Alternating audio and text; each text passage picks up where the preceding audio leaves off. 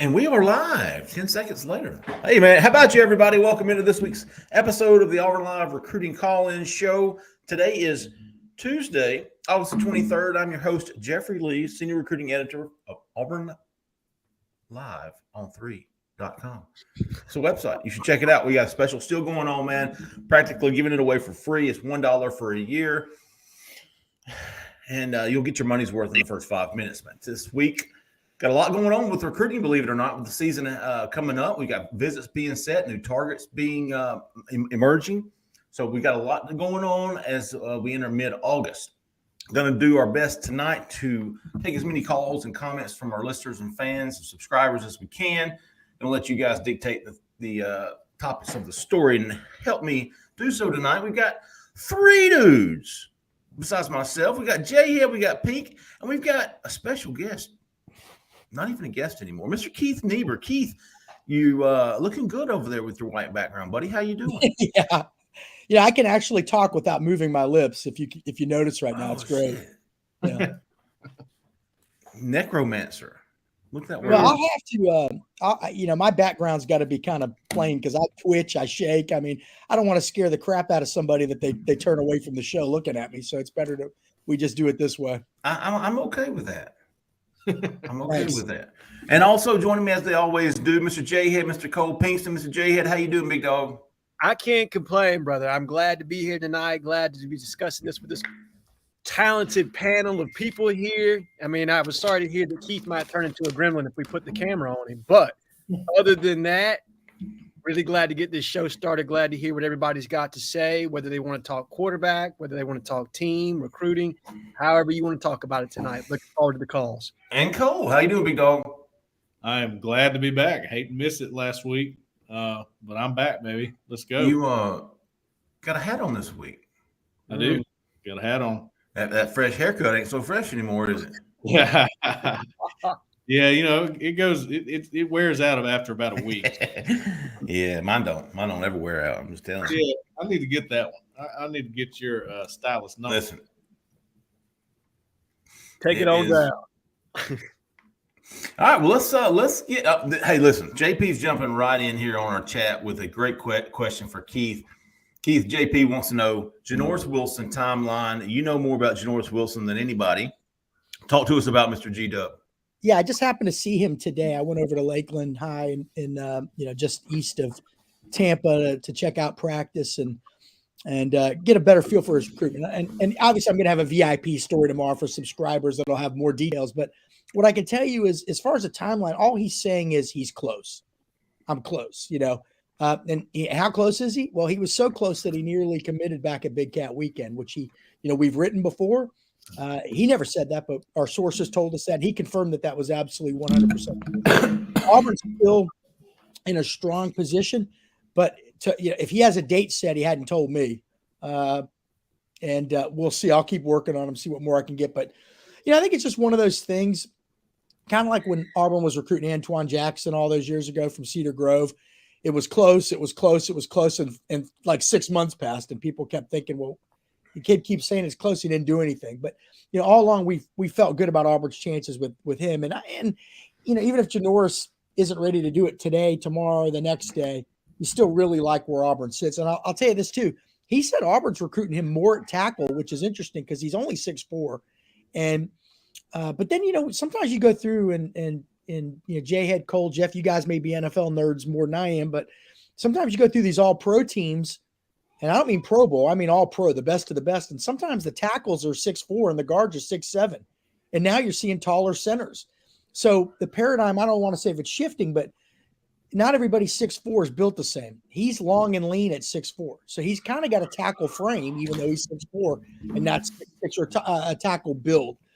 So anyway, it's interesting. But he says he can play anywhere along the line. He looks really trim out there. A guy that's a trainer that's out at practice every day told me that he's really fit in well. Because remember, he transferred in, I think, from Lake Gibson, one of the two other schools in the northern part of Lakeland, either Lake Gibson or Kathleen. I can't remember. I might have been Lake Gibson. And I'm going to get that wrong, I know. But he transferred in from another school to Lakeland, which, 8-time state champion in Florida. And he's fitting in great. They love him there. And he can play anywhere along the line. It was a great interview. We're going to have more on him over the next, 12, 14 hours. I love where Auburn sits. I wish I could give, as a JB, I wish I could give him a more detailed answer on a specific timeline, but all he's really saying is, hey, I'm close. I'm close. Hey, that'll work. I know Auburn's pushing really hard for this guy. This is the guy that they really want to get in this class as soon as possible. He is the top target on the board, not maybe overall, but certainly in the immediate future. So good stuff, Keith. Keith's going to have more on G-Dub tomorrow. Y'all stay tuned for that. Got a video coming too. Real cool feature Keith is going to put out with Keith on the road. On the road with Keith? Yeah, I guess. It wasn't a very long road trip today. Next week, there's going to be some long road trips. Cleveland Brown wants to know how the hell you've been settling in here so far. I feel bad getting too early questions here. These guys have done all the work the whole time, and I'm just popping in here.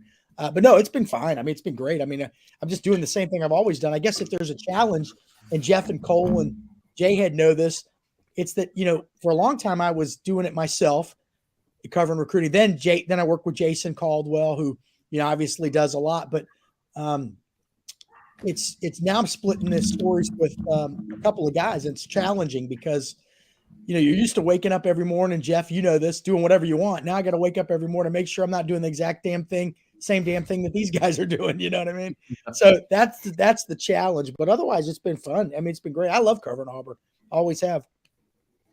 And the guys are nice. The guys I work with are nice guys. Decatur Tiger 97 says, how about you? David Hobbs. This is a good one. JP, he's coming back with it. David Hobbs. This is a name I haven't heard a lot recently. Jhead, you look like you might have something to say about David Hobbs. So just following off Keith's report and what I've seen nationally written about David Hobbs, his stock has really kind of blown up. I believe he went and worked out for Georgia and Alabama. Yeah. They both have really picked up that recruitment as far as that's concerned. Obviously, the home state team in North Carolina is going to be a major contender. Auburn's still in it from what the comments that he's made to some of our national guys. I think Chad Simmons had a story with him not too long ago where Auburn's still a contender. Not out of it. Jimmy Brumbaugh's working that one, but it's not something where I feel overly confident right now that he's a guy that we're probably in his top 3, definitely in his top 5, and we'll see as the season progresses if we can kind of move up the depth chart for him some. Can I add one thing? I Sure. don't know if Cole wanted or Jeff wanted to say something. No, go ahead. This is a guy I really forgot about after you. Yeah, me too. But I will say maybe it was a month or two, Jeff. I think you and I had a conversation about this. I want to say I talked to a contact that we both know that works at North Carolina. Actually, Cole may know the person too. But and I think they said that this is the one whose sister's a really good basketball player, I believe. Yeah, right? yeah. And so they kind of wouldn't mind them at the same school. And, maybe right now North Carolina's women's basketball program is a little bit better than Auburn's. And that was something that North Carolina was really thinking could give them an advantage. That was a month or two ago. Maybe things have changed since then. Maybe they'll go their separate ways. I don't know. And, so I don't know. So who knows? We'll see. But I don't hear much about him lately. I don't know about you guys.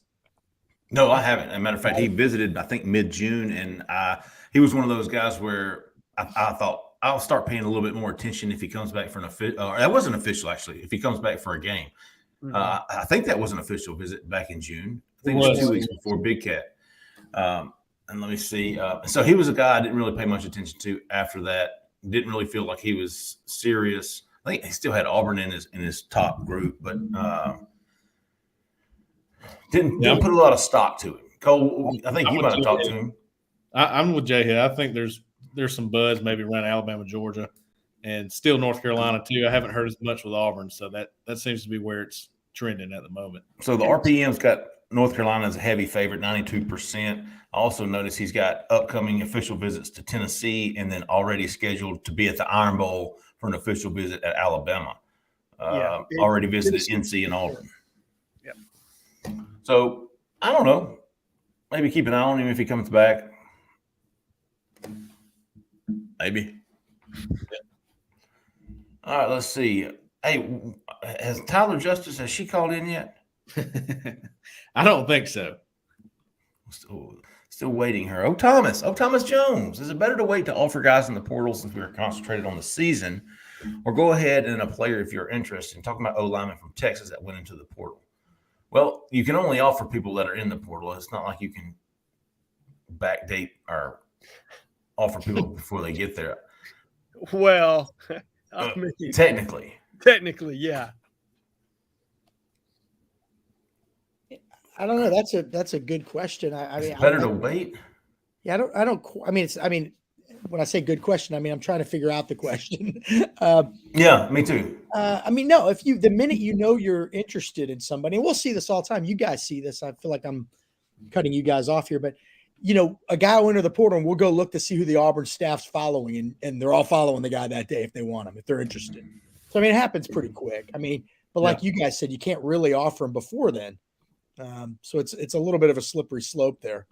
It does often feel like when a guy enters the portal, sometimes you already kind of know where they're going. It seems like, yeah, right. But, I mean, they're doing their homework too.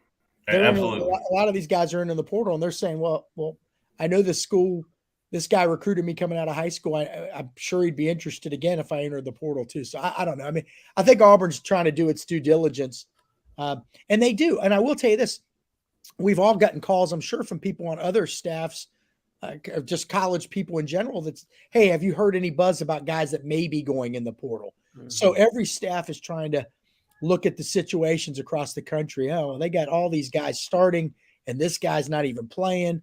Maybe he's a guy we need to have on our possible portal entry list. So then when it happens, you're not blindsided. You're kind of ready for it. And I think maybe that's some of the stuff that all these staffs do to be aware of what's going on at other schools. So when it happens, you're ready to go, ready to get involved. Yeah.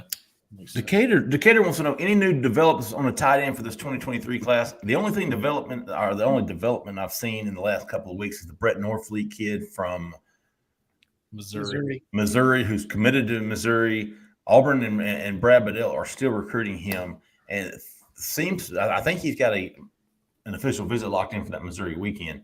Other than that, you've got Jackson Craver that's committed to Miami, and there's another Miami tight end as well. Reed McKeska. Yeah. A lot of guys committed that Auburn's trying to get in. Of course, you got Jelani Thurman, who's at Ohio State. Keith, what do you got on tight ends? Anything? Nothing more than what you had. I will only say that because once those guys get to college, it's maybe the quintessential developmental position, maybe that an offensive tackle, that there also are guys developing right now that are still going to grow 2 inches between now and December, and that are going to go out and have breakout seasons because it is a developmental position.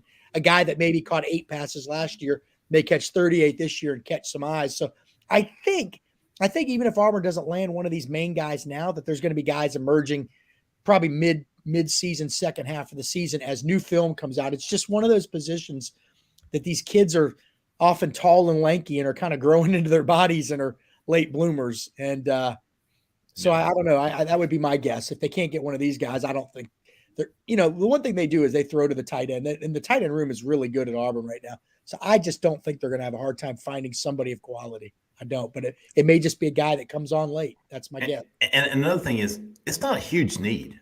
No, Auburn's tight end room is pretty full, so it's not a huge need. Auburn can be selective. They can be patient. They can go after some of these top tier guys that are committed to other schools, and then fall back on some guy if they need to fill a spot at the end. I don't think there's a huge urgent need for Auburn to sign a tight end in this class. Although one is wanted, because we'll see how much the tight end is used this season, and we all expect the tight end to be an instrumental part of the offense. Yeah, for talking with when we talked with Brad Bedell the other day, he was pretty happy about Micah Riley Ducker and how he's going on so far. So there's a really young guy that probably won't play this season, but working into the rotation and all that kind of stuff, and could always move Landon King back to tight end, I suppose, right? Which Brad Bedell said the battle is ongoing to get him back at tight end. Well, if you do that, it solves kind of two things. One, gives you that tight end, an extra tight end, and two, it may give you one more spot to sign an extra receiver. Right. I don't know. Cam wants to know, I'm not familiar, man, 2024, I'm just kind of getting started with them. But have you guys heard of the running back out of Sylacauga, BB Comer? Harris? No, the big 2024 back is the Jamion Burnett out of Andalusia. That's the one that we have started to make it, I guess, prioritize to a degree. He was there for Big Cat Weekend, and a prospect that I'm relatively familiar with. I'm sure there are other 2024 backs, but Kamor Harris is not someone that I'm overly familiar with at this point. We'll see. I'm sure he'll be one of those guys. All these in-state kids, 2024 is what I'm expecting to see at Mercer, at San Jose State. Those are the games that you get the in-state juniors to get to. So who are some of the defensive line to keep an eye on? We talked last week about Jamarian Burke. What's his name? Harkless. Harkless. That's what I said. Jamarion Harkless. Jamarion Harkless. And we talked a little bit about D-line last. I mean, obviously, Joshua Horton, did he commit to North Carolina last Friday? He Friday. Did. You've got from Louisiana, Tadarius Collins. TD Collins. And Auburn is still after, the guys that are committed to other schools, the Naquil Bertrands. Yep. And don't forget about Derek Hunter from junior college, and Keith knows more about him. Hunter, Yeah, you got Ian Griffard too, the Arkansas commit that Auburn was recruiting on the offensive line. Now telling him he could maybe be a defensive line guy. And also, look, I went and saw. I mean, you guys have seen Wilkie Denaud. Yeah. I just don't think he's going to be an edge at the end of the day. There you go. That's a really big dude now. You know what I mean? He's thick. Yeah. Yeah, he's how I like my women. So essentially, I don't know how to follow up on that, but essentially, he's got, this is a guy that's, you think you don't have any D linemen committed because you got two edges, but one of the edges is probably going to grow into a D lineman. So, yeah, I think they want to sign, including portal and JUCO, up to 5 D linemen, not including, and this has been a transition for all of us. We're not counting the edge as part of the D lineman, but so 5 guys, 4 or 5 guys on the D line. And you're right, Derek Hunter is an interesting one because, they're probably going to offer him. He's blood cousins with Tavares Dawson, the Auburn receiver. He's very close with Zach Calzada, who was his former teammate at Texas A&M. The kids from Fort Myers would love playing in the SEC. Auburn's outside of UF is closest to him, and UF was showing a lot of interest. But man, out of nowhere, they picked up like 6 defensive line commits in about a month. And so he's hearing from them less now. Now, at the end of the cycle, Florida may say, okay, that's great that you're getting all these high school guys, but maybe they need an older guy. So there's still that threat there. But it just looks like it's really setting up well for Auburn. And he's going to try to get over to the Penn State game. He's at Hines Community College right now in Mississippi. And he will have – and I should point out, he said he'd have 3 years of eligibility left after this season. And he's a 2019 signee out of high school, and I couldn't figure it out. And he finally explained it to me. I haven't confirmed it with anybody, but he said, hey, 2019, I was redshirted, so that didn't count. 2020 was a COVID year. That didn't count. 2021, he said he played 4 games, got hurt, and he says he got a medical redshirt for that year too. So he'd be one of those 7-year guys if it went that way. Then this is year 4. And if he's right, he's a year 4 freshman at Hines Community College. Wow. That's how Jeff went through college. If I remember. Dude, I'm telling you, I was 23 as a sophomore at JUCO. I'm serious, dude. I had a really good family member that did 7 years at FSU, really close family member, 7 years at FSU, and I think they might have had less credits when they left than when they started, if that's possible. You never know what these guys. But he's a good dude, and I think. I think that they're going to get him. I mean, as of right now, don't you guys think so? Yeah. Derek Hunter. I feel good about Auburn's chances with Derek Hunter. I feel good about Auburn's chances with Harkless. And Harkless? Bless America, I even wrote it down wrong. That was on me, big dog. Harkless. And I'm with you, Keith. And Jhead, what do you think about Wilkie? I think you were proponent of even moving him down to the 5. When I watched his highlight reel, he looks like a 5 right now. Like if you're looking at explosion coming off the line of scrimmage, probably how you're going to project him when he gets in a college strength and conditioning program. I mean, a kid like him he's going to have a hard time playing under 250 right now. what's going to happen to him when he gets in a college strength and conditioning program. Just natural weight and progression is going to push him to 260, 270. To me, that's big enough to play at the 5. If you look to really try to add weight, you could potentially even play down at the 3.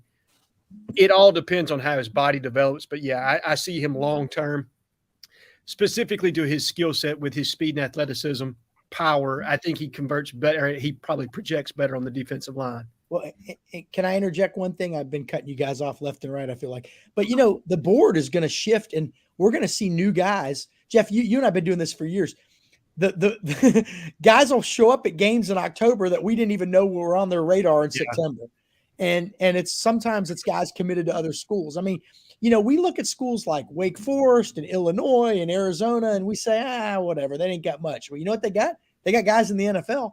They just don't have the depth that the SEC schools have. So a lot of those schools have guys committed, like the Harkless kid was committed to Illinois. And those guys start looking around. There'll be a coach fired somewhere mid-season, late season.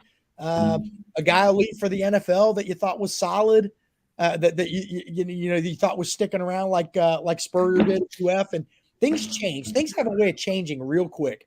And so I know people aren't getting too excited. And believe me, we're all I kind of panic like Auburn fans do sometimes.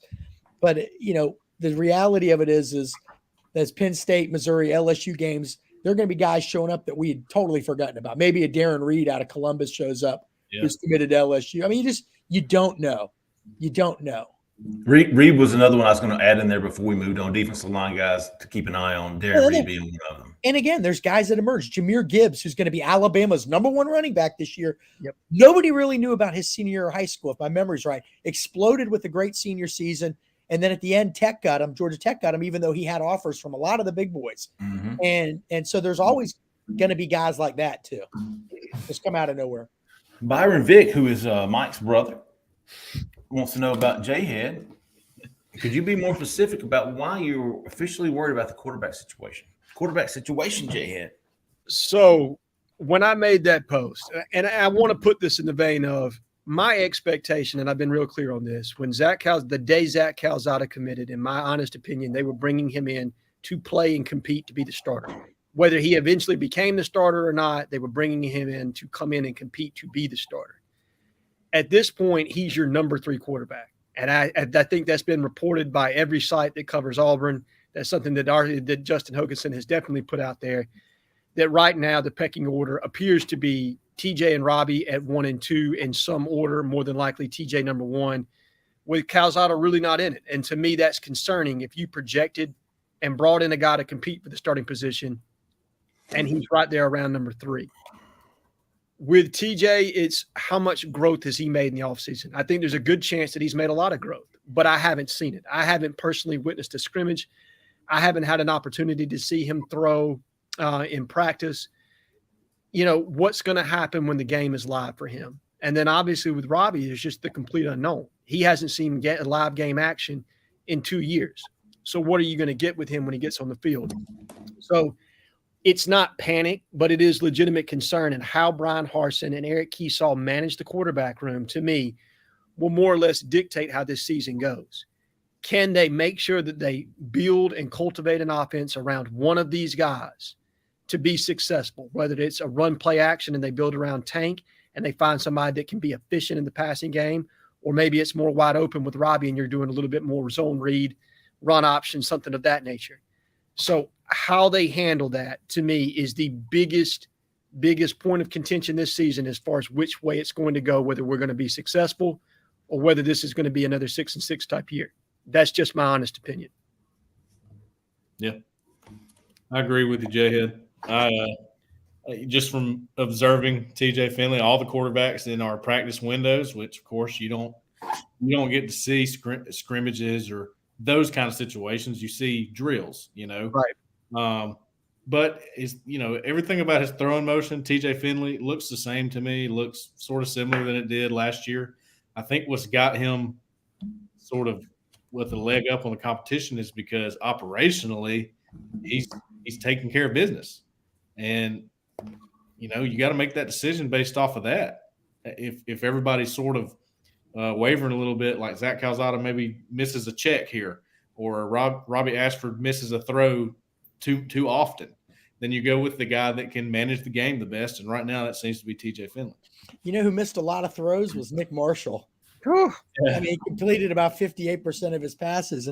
And I had somebody that I talked to somebody today that was actually out at the scrimmage. Was it a scrimmage last Friday or some kind of practice? It was like a situation. And they really thought that Ashford could be the guy or should be the guy maybe because of the ability to do things when the O-line struggles and all that. But I don't know. It's interesting. I appreciate y'all's analysis because I haven't been out there to see those guys throw, and I'm not Bill Walsh to begin with here. But Jeff, I've always wondered. I think maybe you and I have talked about it. I know I've with some other people. The evolution of QB recruiting to me is interesting because you get all these guys with these huge arms now, and guys like Patrick Nix and Danny Werfel, who were really good players, probably wouldn't even get recruited by SEC schools now. And it used to be, I think, that they measured the brain more than they do now. And not that these guys aren't smart. By the way, all three of these guys are smart, and I should say highly smart, highly intelligent guys. But in terms of having what's between the ears on Saturday, I just feel like college coaches kind of feel like, give me a guy with the talent and I can make him something. Now, maybe that's just me assuming that, but that's what it feels like.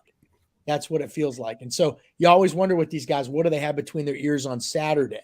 I know Sunday through Friday, these are high IQ guys. But then when you get out on the field, you just don't know. Who would y'all? Can I ask a question, Jeff? Who would y'all, based on what you know, who would you guys have as number one? I'm just curious. Starting with you, Jeff. I'm taking over. I'm hijacking your show here. Well, you put me on. That's why I do the questioning. Well, I don't. How do you think I'm asking? Because I don't have a damn answer. I don't know. Honestly, from everything I've heard, from everything I've read, it's not even close to me. TJ? TJ Finley. How about the fact everybody wrote him off after the moped incident? Yeah, right. Now listen, I wrote him off, but it wasn't because of the moped. I just didn't think he. I never would have. Keith, I know you're probably but 2 weeks ago, Jhead and I, when Cole was gone, one of the callers wanted us to ease his concerns about TJ Finley being the starter, and we went off online. He had absolutely no. At the time, we were both convinced TJ Finley would not be the starter. Oh, well, Matt Calzada would be the starter. No doubt about it. Yeah. So for me to say TJ Finley now, if Auburn's playing Saturday, that's a big 180 for me. Well, and that's just from everything I've heard and read online and offline and in group text and all this other stuff. So mine would be TJ Finley. Cole, what about you? I go back and forth, and my reasoning is from what I've seen, from what I've heard from fall camps, TJ Finley, no brainer. I'm with you there. I go back and I look at some of the things Calzada did on the field for Texas A&M last year. I think he's probably got the best arm talent, accuracy, that kind of thing downfield. So to me, that comes into play. I mean, it's practice right now. You get in a game, sometimes it's different. But at the same time, I heard Kurt Warner speak last night, and he was talking about how he didn't play until his senior year of college. He was on the bench. And the reason is because he didn't take practice very seriously. He only took the game seriously, but realized that's 12 days out of 365 days in the year that people are watching you and going, oh, he was good in the game, but the rest of these days he sucked, So to me, if you're not practicing well, you're not going to be the guy. It's going to be the guy that's showing out in practice. I will tell you this, Cole. You just hit nail on the head because Brian Harsin believes the same thing you just said. He said that in press conferences over and over and over again. Game day, you don't just show up and perform. It's what you do each and every day in practice that gets you prepared for that. And he believes in practice. He believes in excelling in practice and putting those guys that excel in practice on the field. And for that matter, I think it's going to be TJ Finley because right now I think he gives them the most success. Now, this is my thing, and I'm not backing off of it. I think Robbie Ashford is going to play in the first two games, and I think he's going to play quite a good bit. And I think they're going to use those live game reps to see what they have in him. So if TJ does falter against Penn State or LSU or a game of that magnitude, they're not scared to put Robbie in because they know how he's going to react when the bullets are live. So I think it's closer than I would have anticipated when fall. Well, I mean, look, it's a lot different than I would have anticipated when fall camp started. But by the middle of fall camp, I think Ashford has really come on and made this a little bit tighter than I would have thought. As of a week ago, I thought TJ Finley was the runaway guy. Now I think Ashford started to make a move a little bit to ascend some. Interesting. The thing is, when I had the open windows in practice, the 1 or 2 days I went, I wasn't even paying attention to Ashford. It never crossed my mind that he could be in this conversation. I knew what Auburn had in TJ Finley. I knew that even if he improved, I know what they had with him. All my eyes were on Zach Calzada, and I saw the inconsistency. Even in the little 15, 20 minutes we got, in the 7 minutes that I was watching the quarterbacks, otherwise I was watching everybody else. But, looking back, it kind of makes sense. Yeah. And those windows, although a small portion of practice, were pretty much telling of what everybody's been saying. It's kind of what I saw. But I didn't really think much about it because I was so convinced that Calzada was going to be the starter. Okay, well, he's going to have to prove. He's going to have to improve in that area. All right. Moving on. Hell, we'll the quarterback talk will nothing but increase between the next 10 days. Yeah. Okay, here's one we can get right. Finally, Skylar wants to know: do we get to 10 recruits? I'm guessing he means commitments before the season starts. 10, no. 9, Maybe. Maybe There's another surprise. I don't know that it'll be Wilson, but maybe there's another surprise. I mean, I hope it's Wilson because we need him, but yeah, it looks more likely than it did maybe 2 weeks ago. Sure. I'm not going 10. No. But yeah, 8 or 9 is definitely possible before the season, which is in less than 2 weeks. I don't know, Keith. What do you, Yeah, I mean, I'm going with 8. I'm sure I'm missing something obvious. Wilson's talking about, he's talking about his excitement to head to Auburn for his official visit. And again, I feel like they're in a great spot. I guess the question would be, does he want to wait a few games? He's at this new school now that gets a lot of attention. right. Does he want to wait a few games to see if he gets any more bites? Okay. Like North Carolina just offered, but does he want to see if, a Clemson or I don't know. I'm just throwing that out there, but I will say this. I think Auburn's got a big lead for him. So it's possible. I'll say 8, but I do think after talking with Janoris Wilson, it is possible he does something before the season starts. Again, he's not giving me a date. before the season starts. Yeah. I mean, it's possible, but I'm just going to go with 8. I'll say DeQuavius Sori will be number 8. And I'm trying to think, is there anybody else that could be doing something anytime soon here? Of course, Skylar, that's a fair question because last week we all would have said no. 7. Yeah. We'll go. We didn't know of anybody else.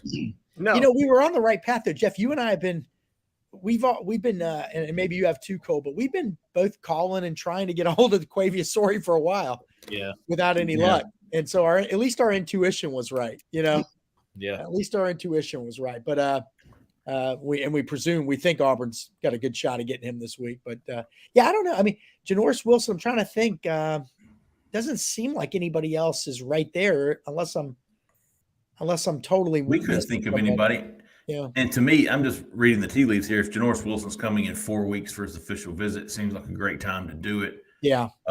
But we think kids want to do it beforehand, so there's no telling. Oh yeah. But Sori, for those listening and don't know, he's a 4-star wide receiver from Florida, formerly committed to Georgia. A lot of folks had him pegged going to Florida, where his brother's at Georgia, isn't he? His cousin. It's his cousin Xavier Sori is at Georgia. He's a big time linebacker from Graceville that T. Will spent a lot of time trying to recruit and get to come to Auburn. Yeah, I remember him. So Skylar, we're all, I think, pretty convinced 8. You asked us last week, it would have been 7. Now we're saying 8 with Sori. Nobody saw this coming, dude. I was floored. I was sitting up at Lake Martin this past weekend. Keith and I got a text, and I couldn't believe it.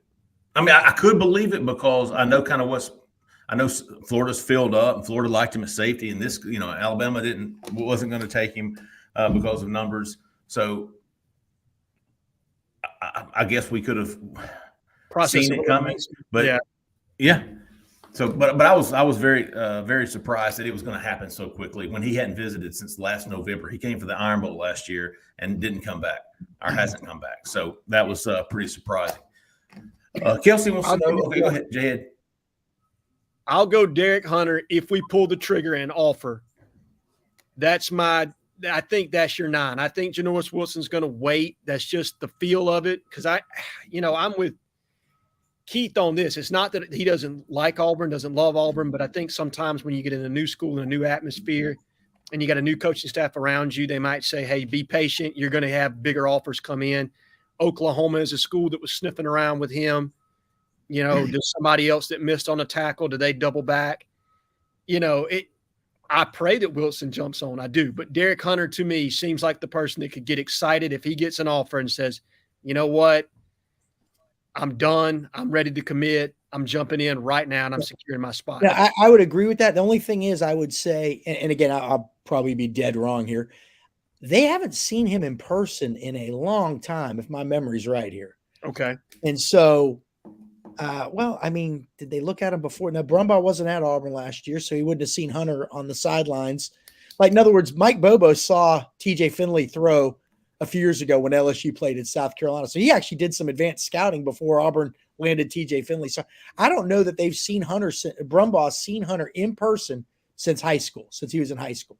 And so I wonder, like, he says that he's going to Auburn, that they want to just kind of get a feel for him personally and kind of double check on his academic situation and all that. But part of me wonders, Jhead, I don't know how you feel about this, but part of me wonders, do they want to see him physically too? Do they want to see what he looks like before they offer him a scholarship and take a guy? You know what I mean? Absolutely. I think he's taking care of himself. Yeah. And you got to be careful with that with JUCO prospects. And that's something that actually caught us off guard. And I'm getting way down the rabbit hole here, but with the 2 JUCO offensive tackles that we offered, did we want to wait and see them live and in action? Obviously they had enough research and had done enough homework that they felt comfortable offering there. But I'm with you, Keith. I think that's a situation that maybe you want to make sure you see that he can play 100% and that physically he's in shape and ready to go before you. Well, and my guess is, here's another thing, way of looking at it. The opposite of that is the Auburn staff. Some of these guys, Jimmy Brumbaugh might know 6 coaches on the A&M staff. So once Hunter left, he might have been able to pick up the phone hypothetically and call to Terry Price. Jeff, Terry. And said, hey, what's this guy look like? So they may have already done all that. I'm just throwing that all out as a possibility, as a, maybe they just want to see what he looks like in person before they offer him a scholarship, just to make sure he hadn't let himself go completely.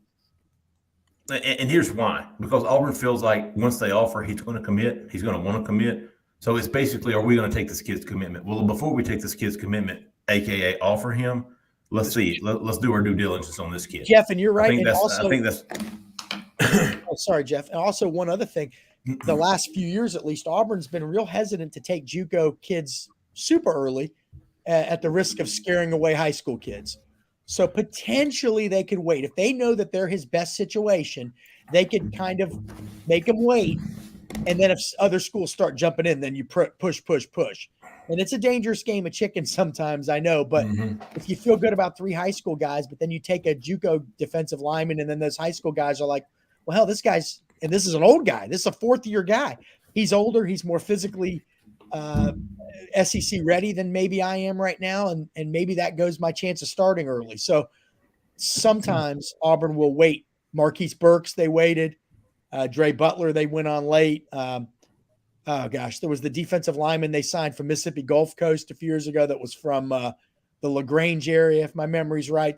They've waited on JUCO guys many times before. So maybe they do the same thing. Now, there's a lot of different ways that could go, is all I'm saying, I guess. Jeffrey Emba late this last year. Yeah. Was it Joko? I think Joko was a late guy, yeah. But but those guys might have been discovered late, but sometimes they're really on a guy and they wait to take him until late in the process just to not scare people away. Right. Other people. Kelsey Gardner wants to know Air Noland. Auburn has a quarterback committed in the 2024 class in Adrian Posse. Does Auburn still go after Air Noland, 4-star quarterback from Langston Hughes in the 2024 class? Go after him, yes. Yeah. Sure, they're going to keep recruiting him. They're going to keep recruiting all those guys. take his commitment if they could. I don't think they could right now at this point. But still go after him, yes. Anybody disagree? Nope. No. Yeah, they're going to still recruit him, but I don't see them pushing for him right now. Kelsey's back. He wants to know, are we making a burger effort? A burger effort? What are you laughing at, Cole? Am I saying that wrong? Bigger effort. Yeah. He meant bigger. A what? Bigger. I hear you, Kelsey. I'm the same way, big dog. To recruit South Florida. Keith, this is right up your alley, man. Is Auburn going to make a better effort to recruit South Florida? Well, I think he'll take 3 stars. I don't think they ever really decreased their efforts down there. Sometimes you got more ins, but I will say this: just being back down in Florida, I've had multiple high school coaches tell me, "Hey, I really, really like Rock Bellantoni." Yeah, and he's Auburn's edge coach, but he's also, you don't really have defined areas for coaches as much as you used to recruiting regions. It's kind of seems like they just focus on their position guys more, but Rock knows coaches up and down that East Coast. Sorry, I got the hiccups. The East Coast of Florida, really from like Daytona, Cocoa Beach, all the way down to Miami. And I think that's gotten them in the door with a lot of these guys. I mean, they're recruiting Cedric Hawkins really hard, the kid out of Cocoa. And that's not Cocoa Beach, but the town of Cocoa. And he's an Ohio State DB commit. And even though that's not South Florida, I'm going to give you an example. Even though Zach Etheridge is the lead recruiter and the one talking to the DB every day, well, Rock Bellantoni's on the phone with the coach often, just to get a feel for things. And I think that itself, they tell him, hey, I like this kid. I like that kid, not just on their own team, but other teams. And Rock is that guy, that one guy on their staff that really knows the state of Florida and knows enough coaches down there that not only will he be able to use his own evaluation skills on guys, but he'll be able to pick their brains and know who early on, hey, you need to target this guy. You need to target that guy. You need to stay away from this guy. You need to stay away from that guy. And so, yeah, I see a much bigger impact. Now, let's hope these guys are around for a while and they're winning and all that stuff. And because Rock seems like a guy that, given a 5 to 7 year window at a big program like an Auburn, could really make a killing down in South Florida, given his connections. But he's facing the same hurdles that everybody on the staff is facing, given what happened in January, given that people want to see more out of the team on the field and want to know that these guys are going to be around. So on the one hand, he's building these connections down there, rebuilding them. They're people he's known for many years, and it's gotten their feet in the door with many guys. I mean, Adrian Posse, that's his area. Reuben Bain, Miami Central. Conrad Hussey, the DB at Plantation American Heritage. Well, actually, no, he's at St. Thomas Aquinas, right? Fort Lauderdale, St. Thomas Aquinas. Yes. And, Rock coached at FAU, if my memory's right. And I want to say there was the Cocoa coach might even somebody told me they were both on the staff at FAU at one time. Well, these are good connections to have. So, yes, I see more of a greater impact down there, and I think it can stretch into Southwest Florida too, which is kind of an area you don't hear much about, but also has a lot of good players. Fort Myers, Naples, and then Cadillac really is your guy, Tampa Bay down to Bradenton. So, yeah, I think it's going to – yes. To answer your question, yes. And, Kelsey, I think it's going to pay off this cycle and down the road. Zach from the back comes to the front. What you got, Big Zach? We got our first caller here. Man, we've been on such a good roll. I know, man. 251, you're live. Hey, guys, what's going on? What's up? How about you? Hey, man. Yeah, it's Felix Cat, man. What's up, What's up, Felix? I don't know it, man. Listen to y'all guys. Listen, I've got a question for you. How are you liking this lineup? Say that one more time, Felix. I said, how are you liking this lineup? This from quarterback on down to wide receivers, tight end. The lineup. Tight end was great anyway. The lineup? Yeah, lineup is what he's saying. Just the whole. Cole, what you think, Big Dog? You've seen them more than we have. What do you think about this lineup? Man, find your quarterback, and then running back room looks pretty good. I ranked them as the number one unit on the team a little bit earlier. A lot of talent there, even young talent, and receivers to me have looked inconsistent at times catching the football, but definitely athletic, maybe more athletic than they were a year ago as a group. I think they might have maybe a couple more playmakers or some opportunities to make plays like that. And then, of course, your tight end group we've talked about them, pretty solid. And John Samuel Schenker doesn't get talked about a lot, but he's going to be a good target for whoever the quarterback is. And then an older offensive line who's, trying to prove that they are one of the better offensive lines in the SEC. And, Nick Brom's sort of in question. That's sort of a tough blow if you lose him. Maybe, we haven't talked much about him, but Avery Jernigan's another guy that's getting a look at center and hasn't, in my view, hasn't been bad. Tate Johnson's gotten some praise. Brandon Council's from guard to center. So there's some options, at least on the offensive line with Nick Fromm if you lose him. So, there's a chance for success, I think. I will add this. I'll add this, Felix. They're always great anyway. I mean, but we did have some questions about the O-line last year. Was it Bo? Was it O-line? Was it Bo? Was it O-line? Was it receiver? Was it Bo? I mean, you couldn't put your finger on it. Was it coaching? I don't know, but I think Coach Harsin took a turn on the way he presents himself, and I think now the receivers, I think you might have a few that you can just kind of like I guess you can interchange them. Moore coming in from LSU, he sounds like he's doing really good in practice. I mean, I just think this is a hell of a team this year. Hey, Felix, I will say this, man, from talking to people who know a lot more about it than I do, the only two positions of real concern, and I wouldn't even say concern, but I think this will dictate the season, was the offensive line, obviously, and quarterback, the two most obvious positions. Everything else, they felt like they have a good enough units at each of those positions to compete. The offensive line and the quarterback would be what dictates the success or failure of this season. I'm behind. Good stuff, Felix. Hey, man. Actually, that's spot on, man. I mean, I couldn't have said it better myself. Hey,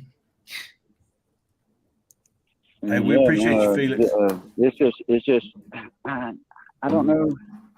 Please, I love Auburn, man. I really do. But it's that TJ thing that I guess from what I saw last year, man. I just, if I see it, I might get behind it.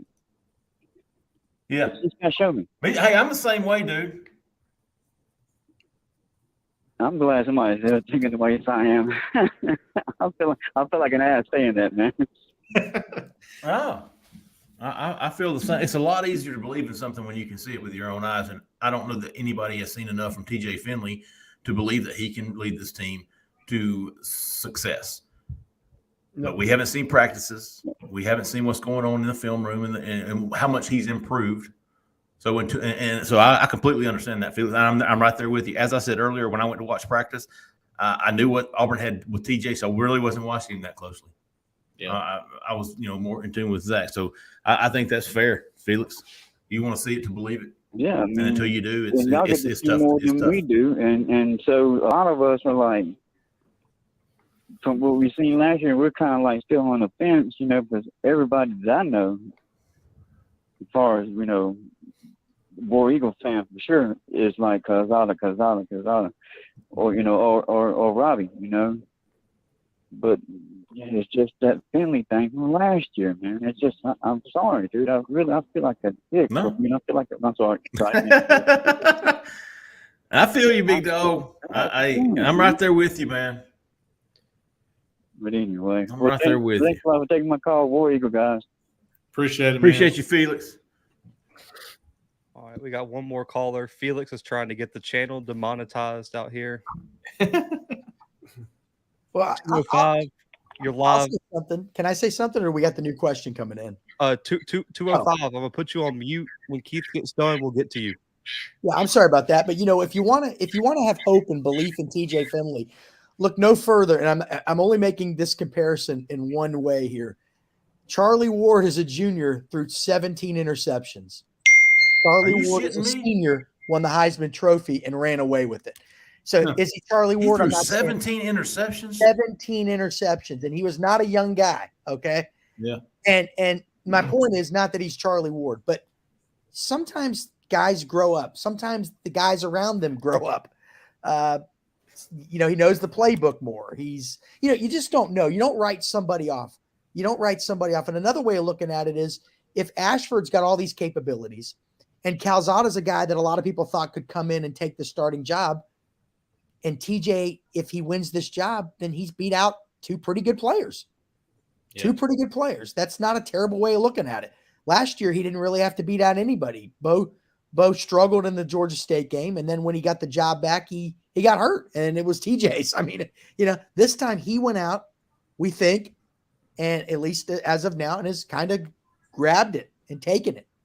And so, there's something positive there, I think. Again, I'm not out there. I'm just reading the tea leaves here. Fair enough, man. I didn't know that about Charlie Ward. No, Can you imagine if Auburn was bringing back their quarterback who threw 17 interceptions and they didn't do anything to recruit or fill that need? They were starting this kid. Oh my God! And Jeff, he completed 56% of his passes as a junior. Okay, Wow. 56% with 17 interceptions. Okay. Wow. I thought Keith was getting ready to say Ben Leard from the season he had getting benched. That's right. Obviously for Gabe Gross, who was a better baseball player than football player. Gabe, I hope if you listen to the show, you don't take offense to that. And had to get benched, or I guess Gross had to get benched against Appalachian State the following season for Ben to get his due, and then obviously was a significantly better player from year 1 to year 2. I thought he was going Jason Campbell. Good.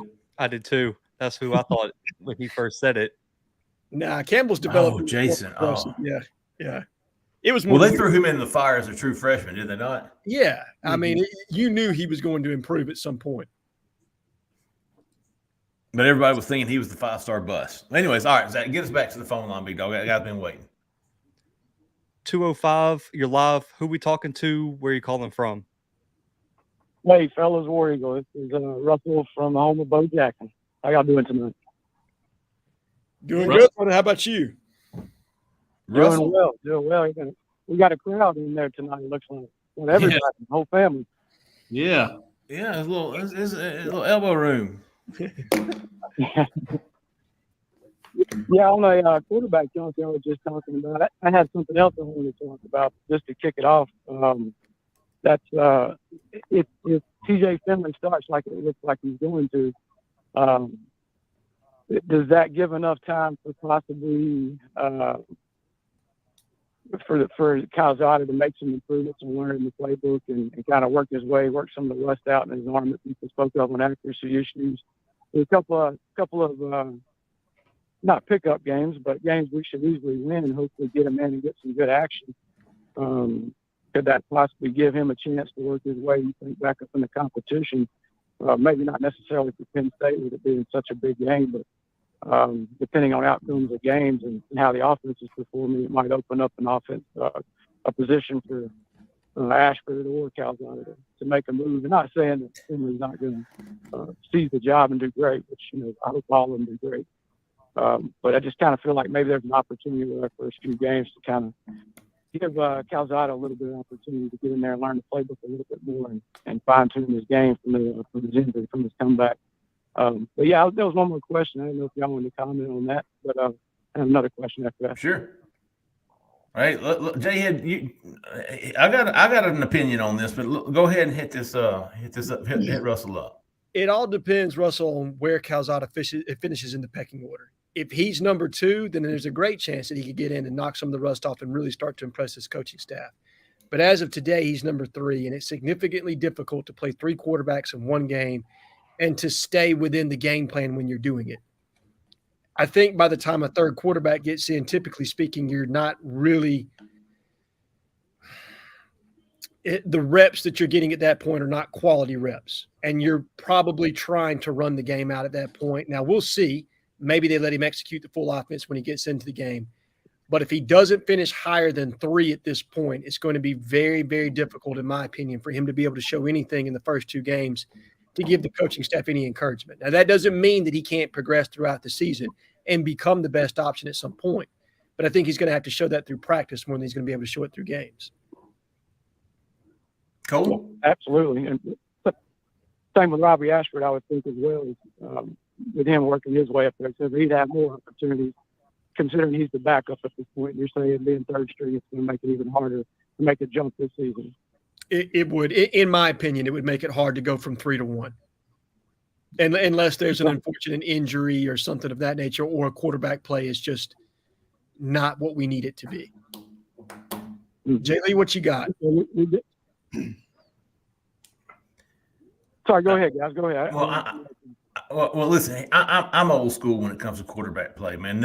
I loathe nothing more than the rotation of quarterbacks. I freaking hate it. All right, pick a guy, ride him.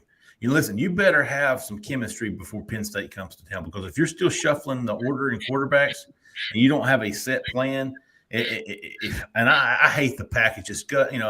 You go back to was it Gus with Cody or whatever it was, the bringing him in the goal line situations. I hate that shit, man. You get a quarterback that drives you all the way down the field. It's 1st and goal from the 8, and you bring in Cody Burns or your specialist quarterback.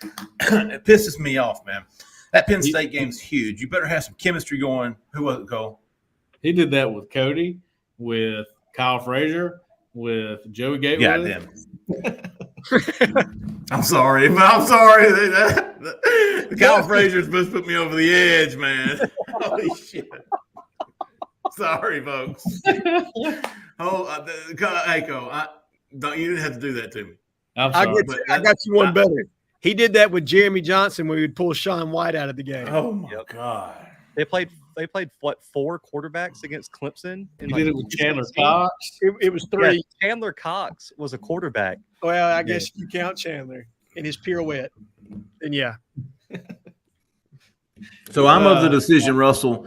Pick your quarterback. I'll give you to the end of the Mercer game, but San Jose State, you better have your depth chart set. You better be gaining some chemistry for that preseason for Penn State, because Penn State, you that is a absolute must win. You better have all your ducks in a row by the time they get to town. Yeah, sure is. That's right. Okay. I had another question, if you don't mind. This is what I called for. Yeah, man, go ahead. The last couple of weeks. Got the whole family together, so I know we'll get some good info out of the question.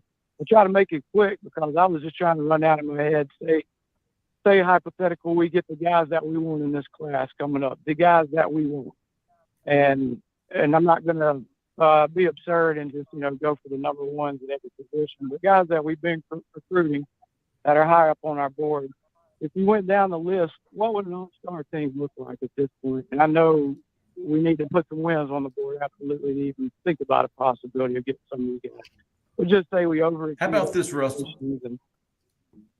I'm sorry. What? How about let's do a quick 5. If you're going, you could have anybody in this class. Jhead, 5 guys. We'll all do 5 guys, and we can throw out some names. I would take Quay Russaw, James Smith. I would take Kelton. I have some 2 offensive tackles. I'm going to take what's the kid? Damn, he visited. I would take the Kelton Smith from Carver, the offensive tackle that's committed to Georgia. Mo Hughley. Mo Hughley, there you go.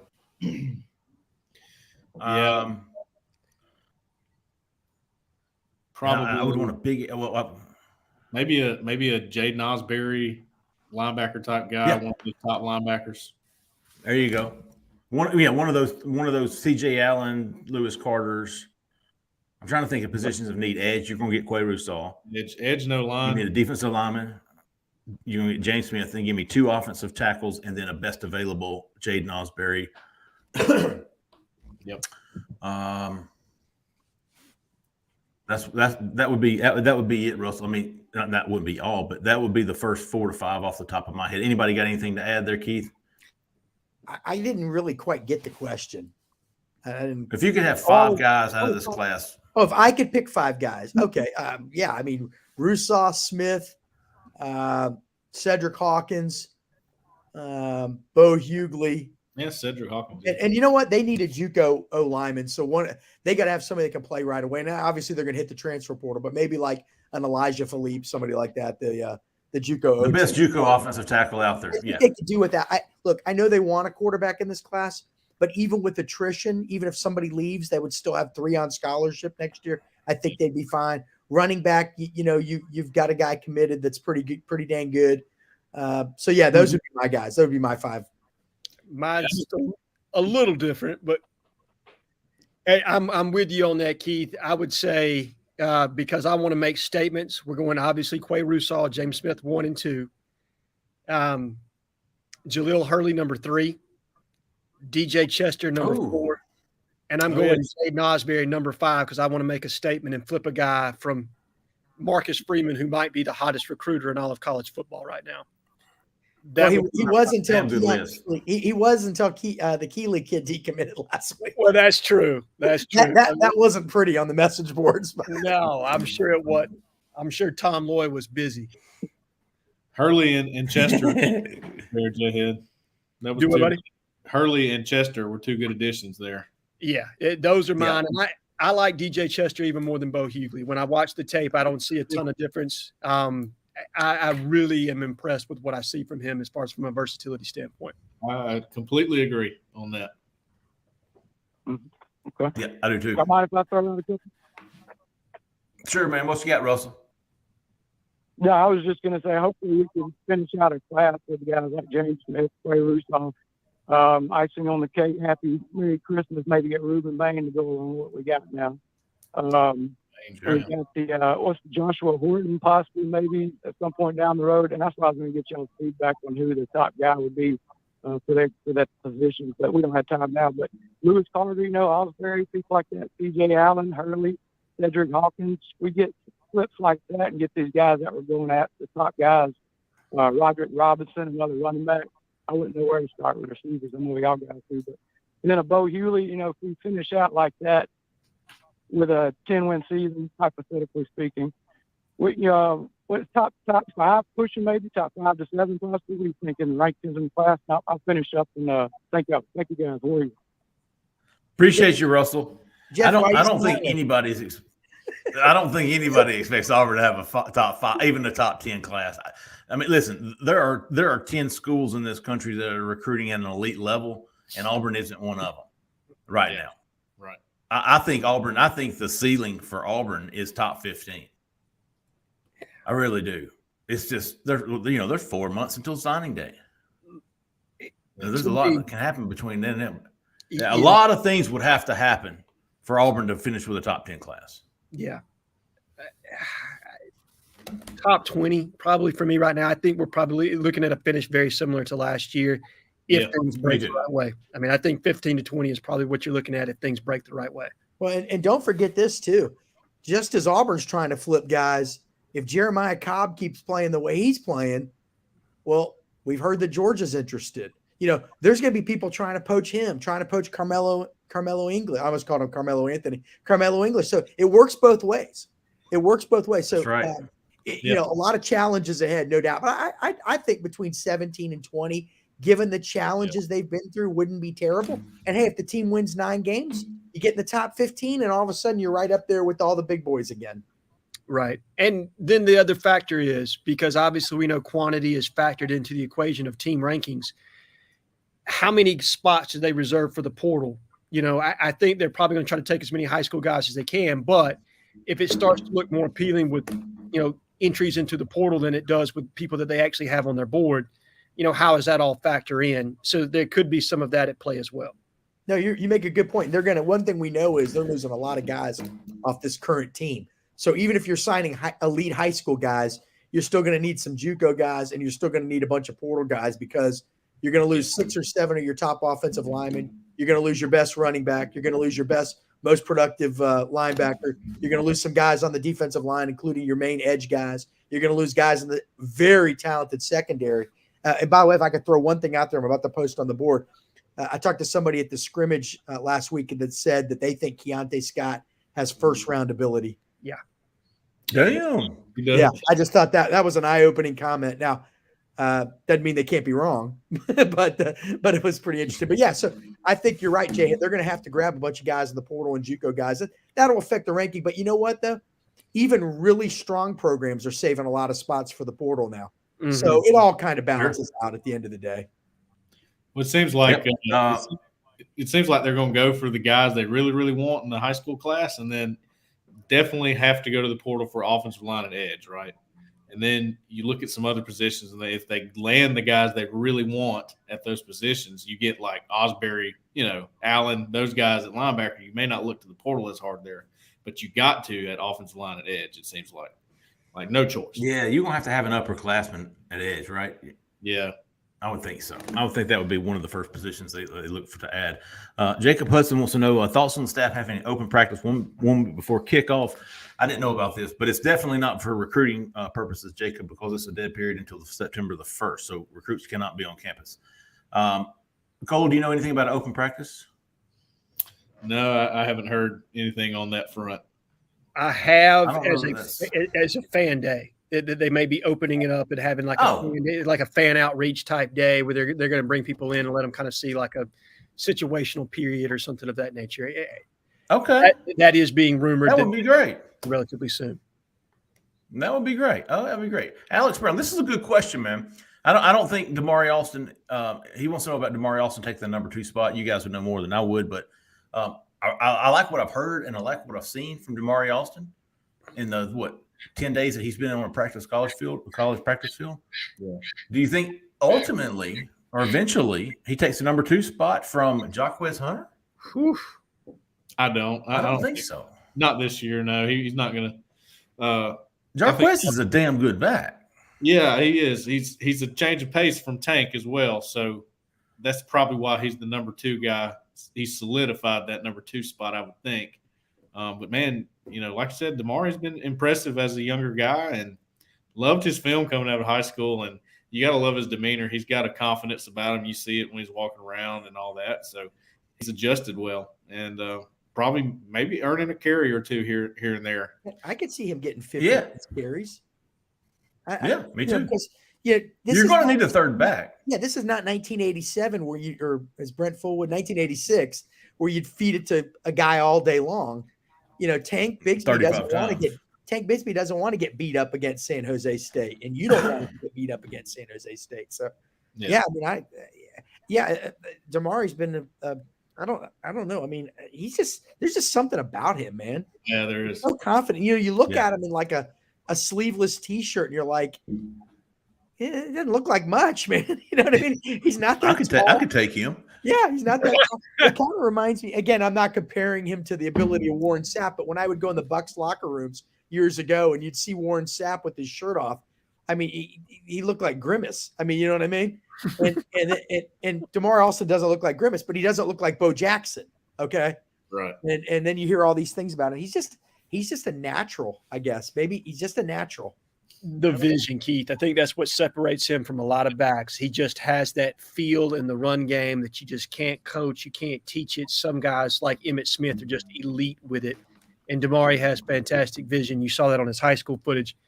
And I think it's going to translate very well to a zone run scheme, which is what we're going to try to run heavy on this year. I was about to say, man, it's very important for the zone run stuff, which is what they're doing at Auburn right now. And I'm not counting out Sean Jackson. I think he's going to get some carries in there as well. Mm-hmm. He's been, people have talked about him about being low to the ground, having great balance, running over people, that kind of thing. So the other thing I'd say about Damari is he's kind of got the same demeanor as Cadillac. He's quite laid back. But I feel like even if Cadillac, who I think Cadillac and him can really click that way because they have similar personalities. But I think even if Cadillac left tomorrow and a yeller and a screamer came in, Damari'd be fine. I think he just takes it all in stride, wants to learn, wants to get better. And that's kind of the intangible factor here that we don't even think about. We're just looking at the film, using our eyes. But when you hear other things about him, about his brain, and his work ethic and all that, it gets you excited. Now, I don't know. Is he ever going to be a superstar? I don't know. We'll see. But he's got the intangibles, that's for sure. Yeah, Keith told me that he was probably the next Emmitt Smith. I really liked him, did you, Keith? Matt Reeves, this is something am I protruding static on this show? No, you're good. Okay. Matt Reeves wants to know, do we know why Coy Moore has to miss a few practices? I was not aware of this. Jhead, you might have mentioned this, didn't you? So that was something that I think Zach Blackerby mentioned on his show first thing this morning. That was the first I'd heard of it. Today, the practice report did not have Coy Moore out there. So, no, I don't know. That was something that's new to me that hopefully we can kind of find out, or that's something that Justin will report before too much longer. It didn't sound like it was much or that it was even a health concern. So I'll be interested to see when he does return to the practice field and if it's beyond one practice. Skylar's back. If Robbie is QB1 with both TJ and Zach pull a Gatewood, assuming I don't know the hypothetical on this, Skylar. I don't think anybody can really tell you. But I would imagine. I mean, Robbie's a freshman. Zach is a sophomore. Yeah, redshirt sophomore. And TJ is a junior. Is that right? Yeah. I mean, this day and age, dude, if you don't earn the starting position, most of them transfer. Well, but the interesting thing with them is they both already used their one-time transfer. So they would either have to go down a level to play immediately. So you're talking FCS, or they would have to become a graduate transfer. Yeah. So those would be your options as far as that's concerned. So, no, I don't see either one probably entering the portal. And now we're moving into a period, and Keith can probably talk more about this than anybody, where there's going to be the potential installation of portal windows, the new 60-day rule, which should be rolling out sometime soon.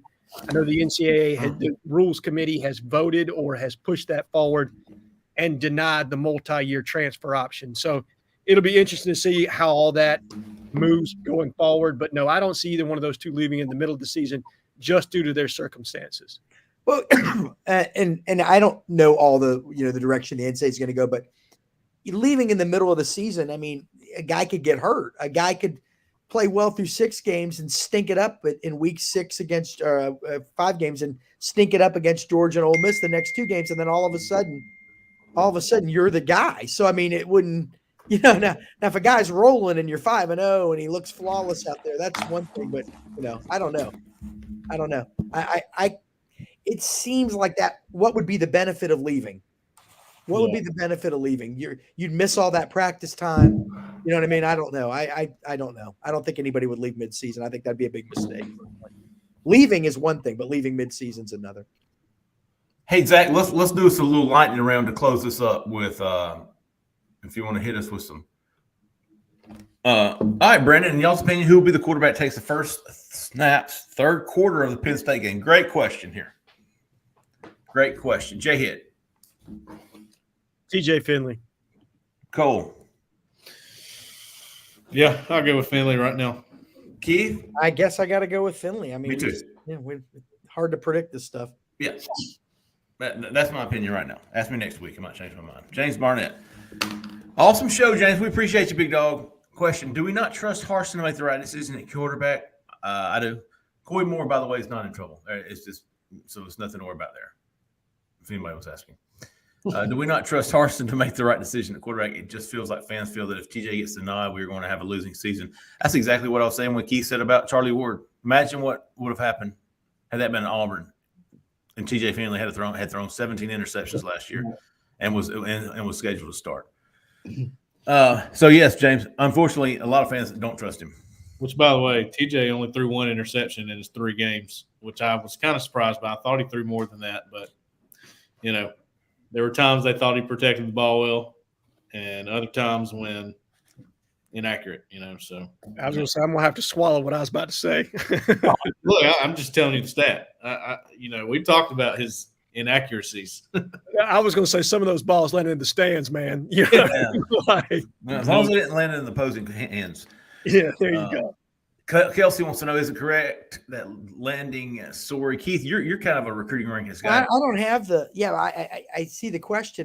Can it push Auburn in the top 25? We don't have a class calculator, so I'm not quite sure.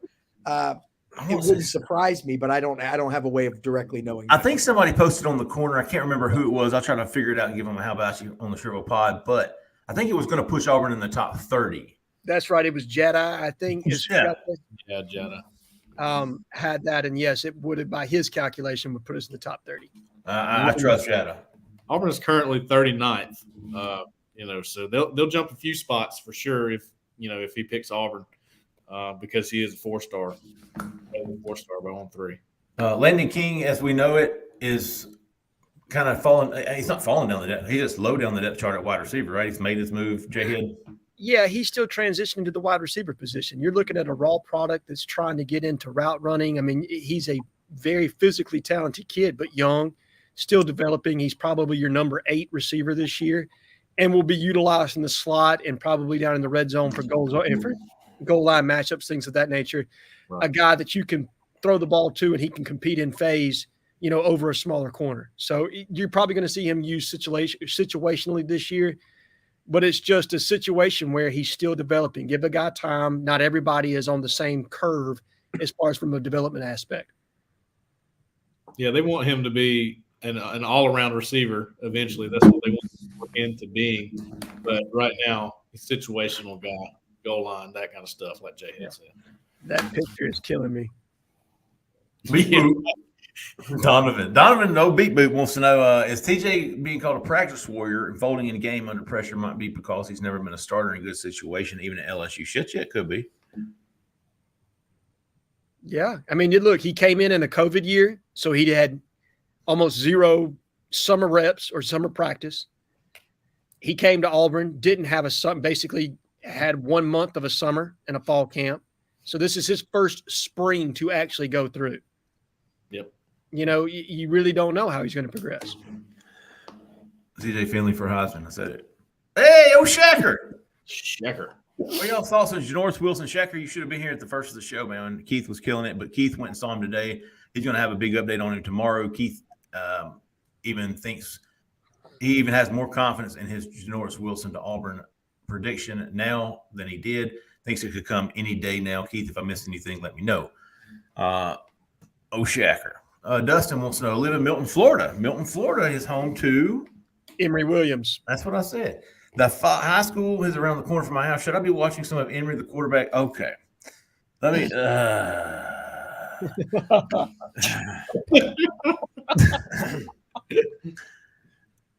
yeah. Honestly, I still think he's the most likely of the guys on the board to end up at Auburn.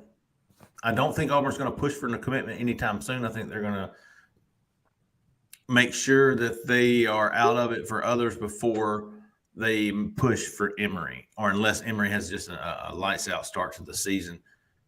But yes, Auburn's still pursuing him. I don't think he's at the top of the board right now, but he could move there by the middle of the season. Certainly, I would go watch him. Yes, absolutely. Donovan, Bo Hughley, the most important potential in recruiting? I do. Nope. No. Nope. Oh, no. Alex Brown, Jhead, we'll just leave it at that, won't we? Yeah. Alex wants to know, do you think Auburn has a wide receiver breaks? Cole, this is a good one for you, big dog. 1,000 yards receiving. I don't think so. Okay. And why is that? What keeps them from the offense, the quarterback, the scheme, the what? I think the scheme is what come to mind first, just because, and just the group as a whole, there seems to be so many different pieces. And like Jhead just did, Landon King's a little bit further down, and he's probably number 8, but he's going to be in situations at the goal line and things of that nature.